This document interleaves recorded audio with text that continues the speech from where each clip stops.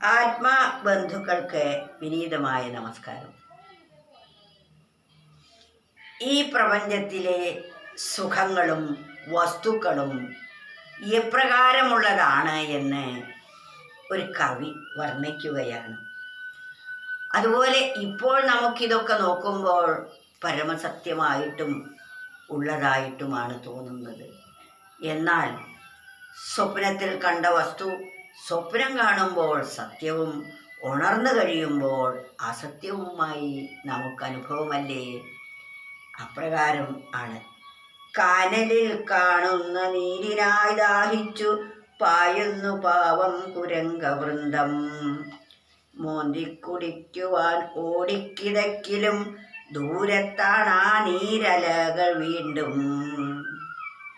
നമ്മൾക്ക് ചിന്തിക്കാൻ വക നൽകുന്ന ഒരു സുഭാഷിതമാണിത്. കാനലിൽ കാണുന്ന നീരിനായി ദാഹിച്ചു.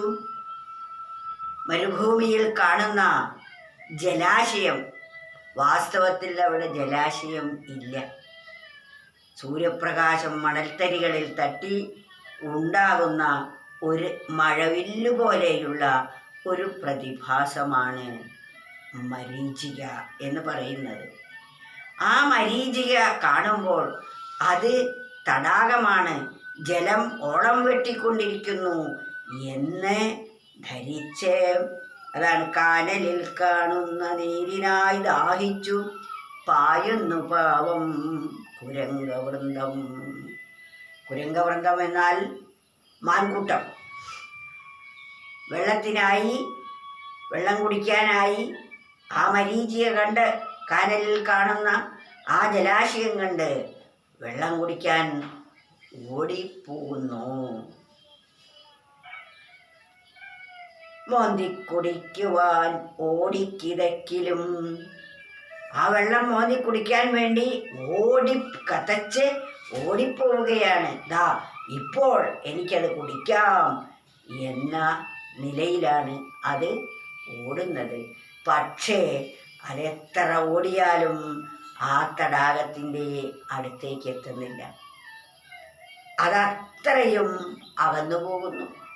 താൻ എത്ര ഓടിയെടുക്കുന്നുവോ അത്രയും അത് തന്നിൽ നിന്നും അകന്നു പോകുന്നു. അതാണ് മോന്തിക്കുടിക്കുവാൻ ഓടിക്കിതക്കിലും ദൂരത്താണ് ആ നീരലകൾ വീണ്ടും. ഒരിക്കലും ആ ജലാശയം കുടിക്കാനോ ദാഹം തീർക്കുവാനോ സാധിക്കുകയില്ല. കാരണം അവിടെ യഥാർത്ഥത്തിൽ ജലം എന്നത് ഇല്ല. ജലം ഉണ്ട് എന്ന് തോന്നിപ്പിക്കുന്നതാണ്. അതുപോലെയാണ് ഈ പ്രപഞ്ചത്തിലെ വസ്തുക്കൾ. ശബ്ദസ്പർശ രൂപ രസഗന്ധാദികൾ സുഖവും സുരക്ഷയും തരുന്നതാണ് എന്ന തോന്നൽ. വാസ്തവത്തിൽ ആ മരുഭൂമിയിലെ ജലം കുടിച്ച് ദാഹം തീർക്കാം എന്ന് കരുതുന്നത് പോലെ ഈ ലോക വസ്തുക്കളെല്ലാം നമുക്ക് സുഖവും സുരക്ഷയും തരും എന്ന് കരുതുന്നത് ആ കുരംഗവൃന്ദം, അതായത് മാൻകൂട്ടം മരീചികയിലെ ജലം കുടിച്ച് ദാഹം തീർക്കാം എന്ന് കരുതുന്നത് പോലെയാണ്. വാസ്തവത്തിൽ നാം ഒന്ന് വിചിന്തനം ചെയ്താൽ ഇത് സത്യമാണെന്ന് ബോധ്യം വരും. ഇവിടെ ഏത് വസ്തുവാണ് സുഖിപ്പിക്കുന്നത്? സുഖം ഉണ്ട് എന്ന തോന്നലല്ലേ? സമ്പത്തുണ്ടായാൽ സുഖമുണ്ടാകും, തൽക്കാലം വിഷമങ്ങളൊക്കെ തീർന്നു. പക്ഷേ പിന്നീട് അത് ഉണ്ടാക്കാനും അത് നിലനിർത്താനും അത് നശിക്കുമ്പോൾ ദുഃഖവും. ഉണ്ടാക്കാൻ ക്ലേശം, നിലനിർത്താൻ അതിലും ക്ലേശം, നഷ്ടപ്പെടുമ്പോൾ ദുഃഖവുമല്ലേ ഉണ്ടാവുന്നത്. സമ്പത്ത് വേണ്ടേ? ജീവിക്കാൻ ആവശ്യ ഘടകമാണത്. പക്ഷേ സമ്പത്ത് ഉണ്ടാക്കൽ മാത്രമല്ല ജീവിതത്തിൻ്റെ ലക്ഷ്യവും. അതുപോലെ വീട് വയ്ക്കുന്നു, അതിമനോഹരമായൊരു വീട് വെച്ചു. സ്വപ്നം അതായിരുന്നു വീട് വയ്ക്കുന്നത് വരെ. വീട് വെച്ച് കഴിഞ്ഞപ്പോൾ പിന്നീടാണ് കുറച്ച് ദിവസം അതിൽ കഴിഞ്ഞ് എല്ലാം വരുന്ന ആളുകൾക്കൊക്കെ വീടിൻ്റെ മനോഹാരിത വർണ്ണിച്ച് കാട്ടിക്കൊടുക്കും. അതിൽ തനിക്കൊരു സംതൃപ്തി. ഇത്രയും ഒരു വീട് എനിക്ക് കയറ്റാൻ സാധിച്ചുവല്ലോ, മറ്റൊരാൾക്കും ഇല്ലാത്ത വീടാണല്ലോ ഇത് എന്നെല്ലാം അഭിമാനപൂർവ്വം മറ്റുള്ളവരെ പരിചയപ്പെടുത്തി കൊടുക്കും. പക്ഷേ ഒന്നോ രണ്ടോ മാസങ്ങളോ വർഷമോ കഴിയുമ്പോഴേക്കും അത് നിലനിർത്തി പോരാനുള്ള പാട് അതിലധികം ബുദ്ധിമുട്ടാണ്. അപ്പോൾ ധരിച്ചു ഇത് ഇത്രയും വീട് വലുതാകേണ്ടിയിരുന്നില്ല, ഇതെല്ലാം കൂടെ ഒന്ന് പൊടി തട്ടി അടിച്ചു വാരണമെങ്കിൽ തന്നെ എത്ര പണിയാണ്, ചെറുതായിരുന്നെങ്കിൽ അതായിരുന്നു സുഖം. ആദ്യം തോന്നി വലുതായാൽ സുഖമാകും എന്ന്. ഇപ്പോൾ വലുതായി കഴിഞ്ഞപ്പോൾ അത് നിലനിർത്താനുള്ള പാട് ഓർത്തപ്പോൾ ചെറുതാണ് നല്ലത് എന്ന്. പാർക്കാനേ വീട് പറ്റൂ. 1000 മുറികളുണ്ടെങ്കിലും തനിക്കൊരൊറ്റ മുറിയിലെ ഒരു കട്ടിൽ മാത്രം കിടക്കാനുള്ള സ്ഥലം മതി. അതുപോലെ നമുക്ക് തോന്നുകയാണ് ഇതെല്ലാം ഉണ്ടായാൽ സുഖിക്കാം എന്ന്. ഇത് വസ്തുക്കൾ കൂടുന്തോറും സുഖം ഇരട്ടിയായി ഉണ്ടാകും എന്നത് ഒരു തോന്നൽ മാത്രമാണ്, മരീചിക പോലെ മാത്രമാണ്. എന്നാൽ തനിക്ക് തൻ്റെ വീട് വേണം, കുടുംബം വേണം, വിവാഹമായി മക്കളായി എല്ലാമായി വാർദ്ധക്യത്തിലെത്തുമ്പോൾ സുഖമാണോ? ഇതൊക്കെ വളർന്നു കഴിഞ്ഞാൽ സുഖമാകും എന്ന് നാം കണക്ക് കൂട്ടുന്നു. മക്കളുടെ വഴിക്ക് പോകുന്നു, അവരുടെ സുരക്ഷ അവരുടെ കൈകളിലാണ്.